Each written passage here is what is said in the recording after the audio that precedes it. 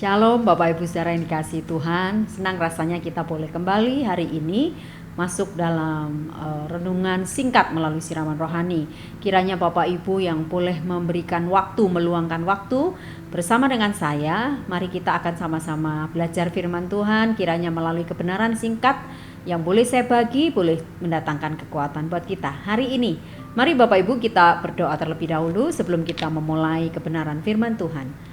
Bapa dalam surga, kami mengucap syukur kalau saat ini kami boleh kembali ada bersama-sama dengan Bapak Ibu Saudara dimanapun berada.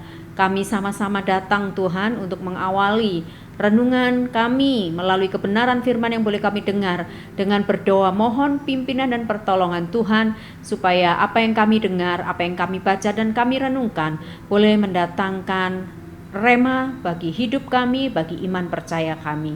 Terima kasih untuk kesempatan yang masih ada ini. Di dalam satu nama Tuhan kami, Yesus Kristus, kami berdoa dan mengucap syukur.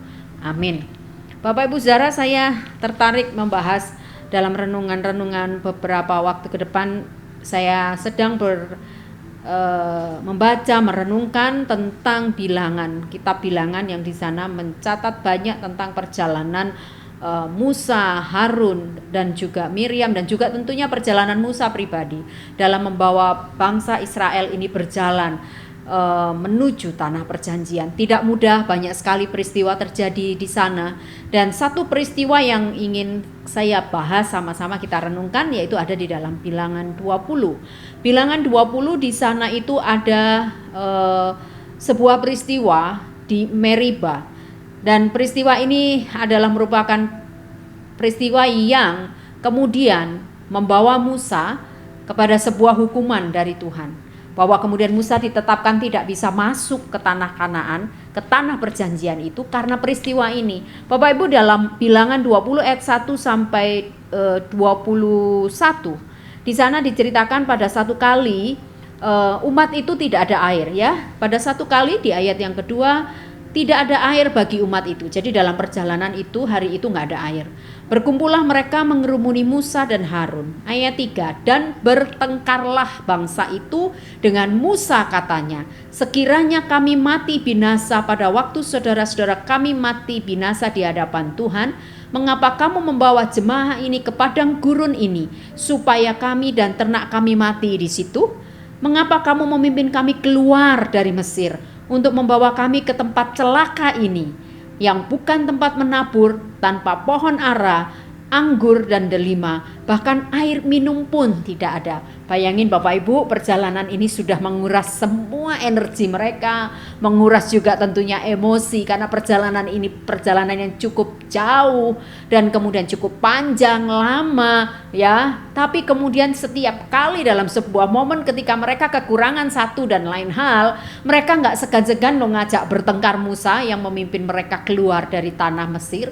Bapak Ibu, jujur sebagai seorang manusia biasa, saya tahu dan paham, mencoba memahami bahwa jadi Musa itu memang gak gampang. Jadi Musa itu memang butuh sebuah kesabaran yang luar biasa. Kesabaran yang saya kira tidak dimiliki oleh semua orang di muka bumi ini. Maka kemudian bukankah Musa dikategorikan orang yang lembut hatinya? Tapi hari itu Musa, Bapak Ibu Saudara, ketika dalam situasi orang-orang itu mengajak bertengkar, bahkan dalam pertengkaran itu mereka bilang, kamu yang bawa kami mati, kurang lebih begitu ya. Kami itu kalau di Mesir lebih enak, malah kamu bawa kami supaya kami mati di sini, kurang lebih begitu ya komplainannya mereka. Bahkan di tempat yang celaka ini, kata mereka tadi di ayat ketiga, di ayat kelima, maaf. Di tempat celaka ini bukan tempat menabur, bukan tempat bukan tempat pohon ara tumbuh, anggur, delima, bahkan air minum aja nggak ada. Jangankan yang pohon anggur, ara dan delima, air minum pun tidak ada. Begitu, kurang lebih begitulah komplain mereka. Terus kemudian ayat ke-6, pergilah Musa dan Harun dari umat itu dan menuju pintu perkemahan, lalu sujud. Kemudian tampaklah kemuliaan Tuhan meliputi mereka. Tuhan berfirman kepada Musa, ambillah tongkatmu itu dan engkau dan Harun kakakmu harus menyuruh umat itu berkumpul. Katakanlah di depan mata mereka kepada bukit batu itu supaya diberi airnya. Demikianlah engkau mengeluarkan air dari bukit batu itu bagi mereka dan memberi minum umat itu serta ternaknya. Ketika Musa dan Harun kemudian pergi meninggalkan mereka dengan segala mungkin komplainan mereka yang mungkin masih mereka utarakan, Musa dan Harun pergi ke depan pintu perkemahan. Dan kemudian sujud kepada Tuhan. Bagaimana, kurang lebih nanya lagi, Tuhan ini bagaimana nih situasi seperti ini, kurang lebih begitu ya.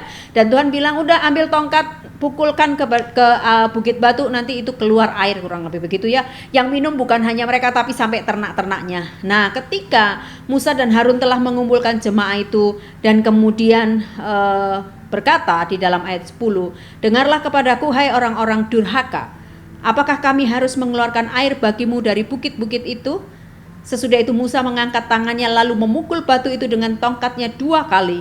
Maka keluarlah banyak air sehingga umat itu dan ternak mereka dapat minum. Tetapi ayat 12, Tuhan berfirman kepada Musa dan Harun, karena kamu tidak percaya kepadaku dan tidak menghormati kekudusanku di depan mata orang Israel, itulah sebabnya kamu tidak akan membawa jemaah ini masuk ke negeri yang akan kuberikan kepada mereka. Ayat 13, itulah mata air Meriba, tempat orang Israel bertengkar dengan Tuhan dan ia menunjukkan kekudusannya di antara mereka.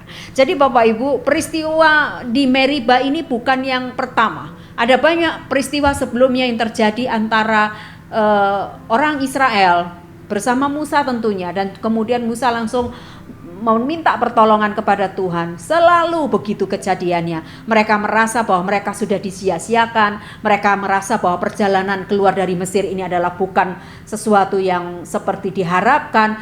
Ada banyak hal yang membuat mereka itu tidak percaya gitu loh, bahwa Tuhan yang sudah membawa mereka keluar dengan berbagai peristiwa yang ajaib kemarin itu adalah Tuhan Allah yang sama, yang gak akan berubah. Kalau hari ini mereka berhadapan dengan situasi yang sulit, maka Tuhan tetap akan turun tangan karena Tuhan sudah menjamin hidup mereka selama ini. Itu yang selalu keluar dari mindsetnya orang-orang ini, orang-orang Israel ini. Mereka bisa keluar dari Mesir sampai di perjalanan menuju tanah Kanaan dengan berbagai peristiwa yang gak mungkin terjadi, yang dialami oleh orang banyak. Tapi Tuhan bisa kerjakan itu untuk setiap mereka. Seharusnya pengalaman rohani bersama dengan Tuhan sepanjang perjalanan kemarin itu harusnya sudah menjadi sebuah keyakinan yang tidak bisa ditolak. Harusnya mereka tetap percaya dan tetap yakin kalau yang sulit-sulit kemarin saja Tuhan bisa turun tangan. Masakan hari ini ketika air nggak ada, masakan Tuhan juga tidak turun tangan dan bisa melakukan apapun juga kalau Tuhan mau. Dan hari itu Tuhan bilang pukul bukit-bukit batu itu. Dan ketika Musa memukulkan dengan tongkatnya 2 kali, keluarlah air itu.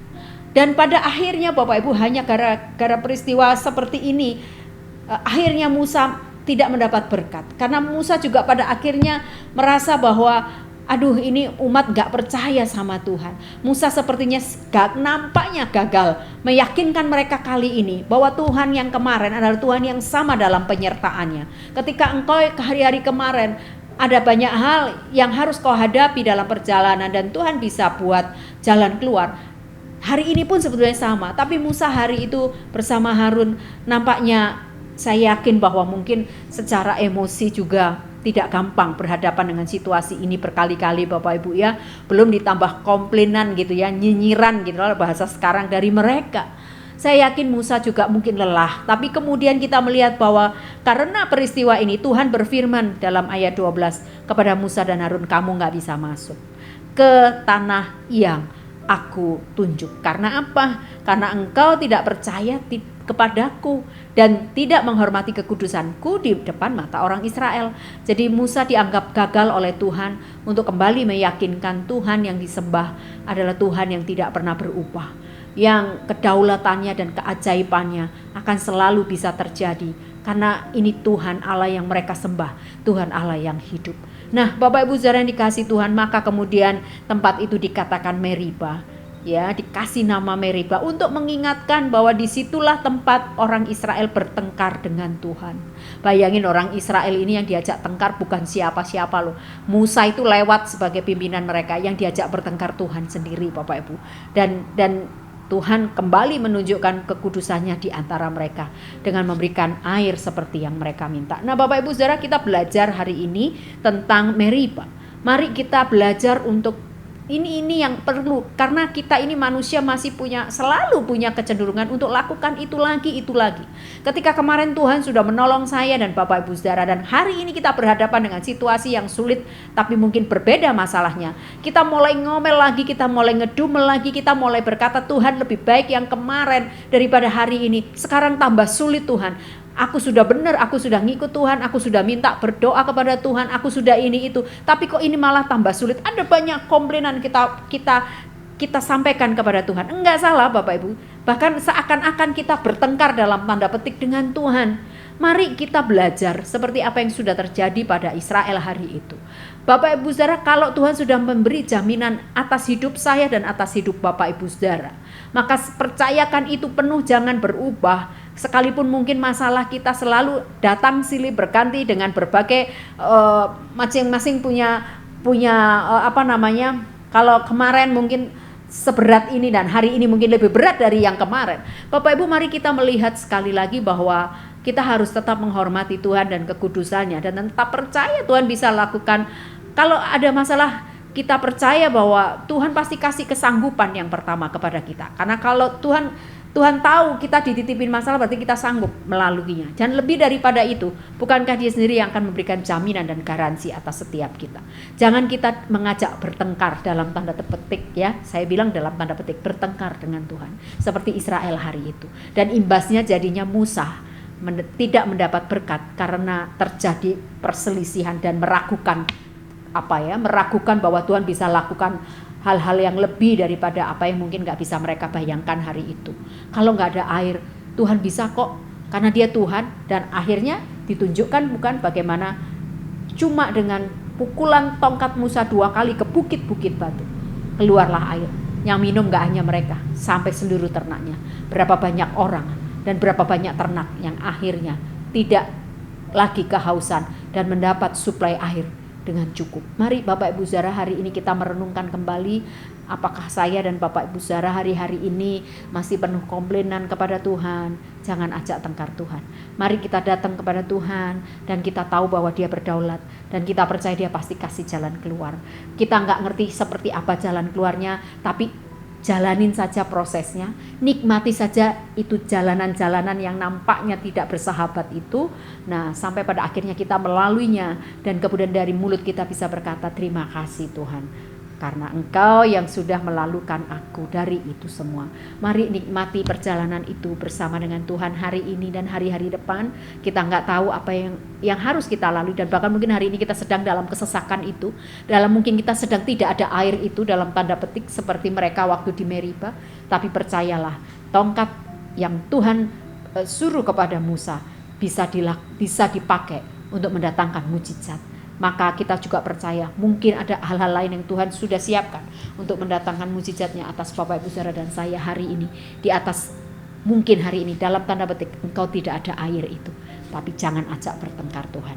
Tapi kita percaya Tuhan berdaulat dan Tuhan pasti akan memberikan jalan keluar. Mari kita akhiri dengan berdoa. Bapak, terima kasih untuk peristiwa di Meriba hari itu.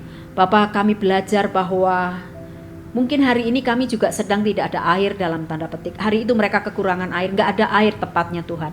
Mereka mulai ngomel, mereka mulai komplain, tapi Tuhan menunjukkan kuasa-Nya sekali lagi, sehingga bangsa itu melihat sekali lagi bagaimana keajaiban dan mujizat yang Tuhan lakukan. Maka izinkan kami pagi saat ini, siang hari ini, atau malam sore ketika kami sedang mendengar renungan ini, mungkin hari ini kami sedang kekurangan air itu Tuhan. Kami sedang berteriak, gak tahu dari mana kami harus mendapatkan air itu. Tapi biarlah kami tidak berdebat dengan Tuhan, tidak bertengkar dalam tanda petik seperti yang dilakukan orang Israel hari itu di Meriba. Tapi biarlah kami tetap mempercayakan bahwa Tuhan Engkau berdaulat, Engkau Allah yang kudus, Allah yang dahsyat, Allah yang sanggup melakukan banyak hal. Kami percaya ketika ada air yang kurang dalam hidup kami, seperti kejadian waktu itu, maka Engkau bisa mendatangkan air berlimpah-limpah dari manapun juga yang mungkin kami gak pernah sangka. Terima kasih Tuhan untuk peristiwa di Meriba, mengingatkan kami akan keajaiban Tuhan dalam hidup kami.